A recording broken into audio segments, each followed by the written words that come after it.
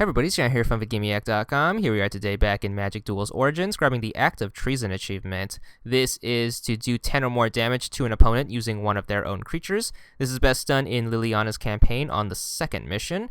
The key card to this achievement is going to be Rise from the Grave. It looks like this with the dragon on it. Make sure you grab that. I believe there are 2 in the deck, so the earlier you get it, the better. You also want to have either Cruel Revival or the Bone Splinters card on hand. Those will help out a lot.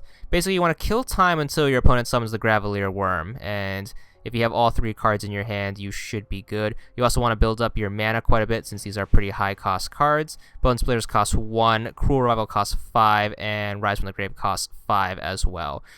So the thing you want to do now is you want to take out the worm using either Bone Splinters or Cruel Revival. So use the appropriate card, pay the mana as well as the appropriate fee, either sacrificing one of your monsters or the high mana cost, and take out the worm. You need to make sure he hits the graveyard so you can bring him back using Rise from the Grave.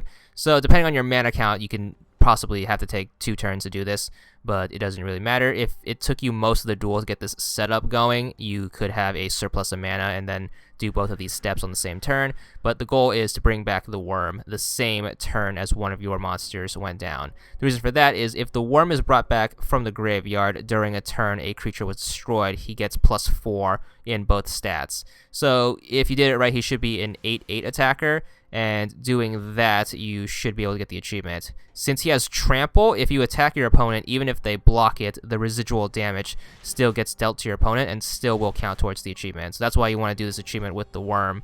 And as soon as you land your 10 damage, you should get the achievement, 30 gamer score, and that's all there is to it.